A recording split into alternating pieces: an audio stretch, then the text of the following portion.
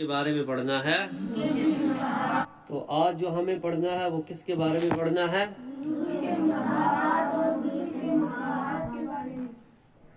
تو سب سے پہلے جو وضو کے مستحبات ہیں، کیا ہے وضو کے مستحبات؟ تو وضو کے کتنے مستحبات ہیں؟ 5.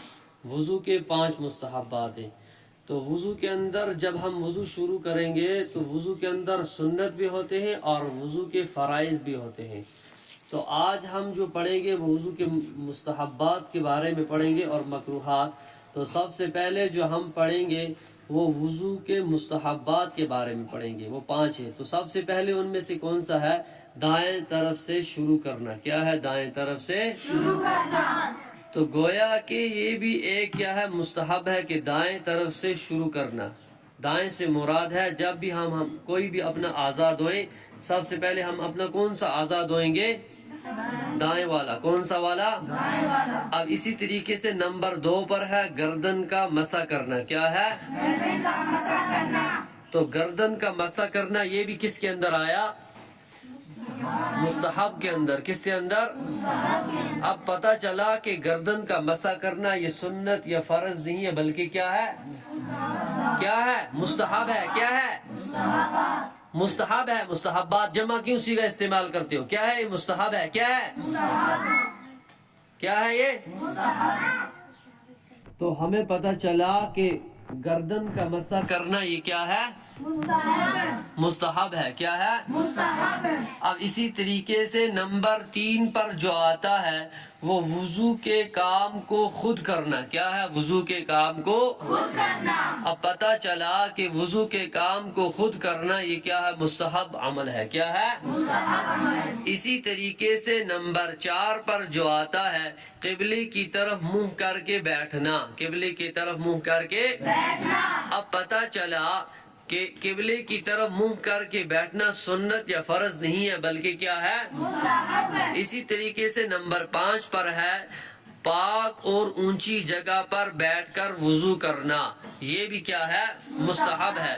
اب مستحب کا فائدہ کیا ہے؟ مستحب کا فائدہ ہے ہمیں بہت زیادہ نیکیاں ملیں گی. کیا ملیں گی؟ نیکیاں. جیسے ہمیں کوئی کہے کہ آپ ہمیں 50 روپے دو اور 50 کے بدلے میں آپ کو 100 روپے دوں گا. اب 100 زیادہ ہے یا 50؟ اب اسی طریقے سے جب ہم وضو کریں گے تو وضو کے اندر جب ہم ان اعمال کو کریں گے خود وضو کا کام بھی خود کریں گے، دائیں طرف سے شروع کر دیں گے اور گردن کا مسح کریں گے اور اسی کے ساتھ ساتھ پاک اور اونچی جگہ پر بیٹھ کر وضو کریں گے اور وضو کے کام کو خود کریں گے. یہ جو ساری کی 5 چیزیں ہیں، اب ان 5 چیزوں کے اندر فائدہ کیا ہے؟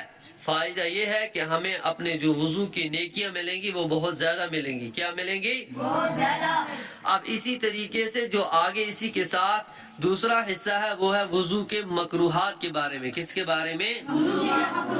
اب پتہ چلا کہ وضو میں 4 چیزیں مکروہ ہیں. کتنی چیزیں ہیں؟ 4. ان چیزوں سے ہمیں بچنا ہے. کیا کرنا ہے؟ بچنا ہے.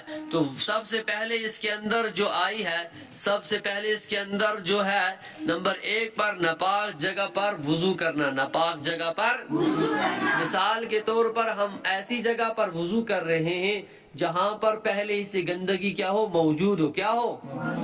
ہاں، وہ جگہ گندی ہو جہاں ہم وضو کر رہے ہیں تو ایسی جگہ پر وضو کرنا کیا ہے؟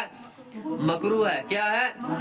اسی کے ساتھ ساتھ جو دوسری چیز ہے وہ ہے سیدھے ہاتھ سے ناک صاف کرنا. کیا کرنا؟ سیدھے ہاتھ سے ناک صاف کرنا. جیسے ہی ہمیں بتایا گیا ہے کہ ہم کیا کرتے ہیں وضو کے اندر اپنے ناک کے اندر پانی ڈالتے ہیں تو اپنے ناک کو اس وقت ہم صاف کرتے ہیں تو اس وقت ہمیں اپنے کس سے؟ بائیں ہاتھ کی چھوٹی انگلی سے اپنے ناک کو کیا کرنا ہے؟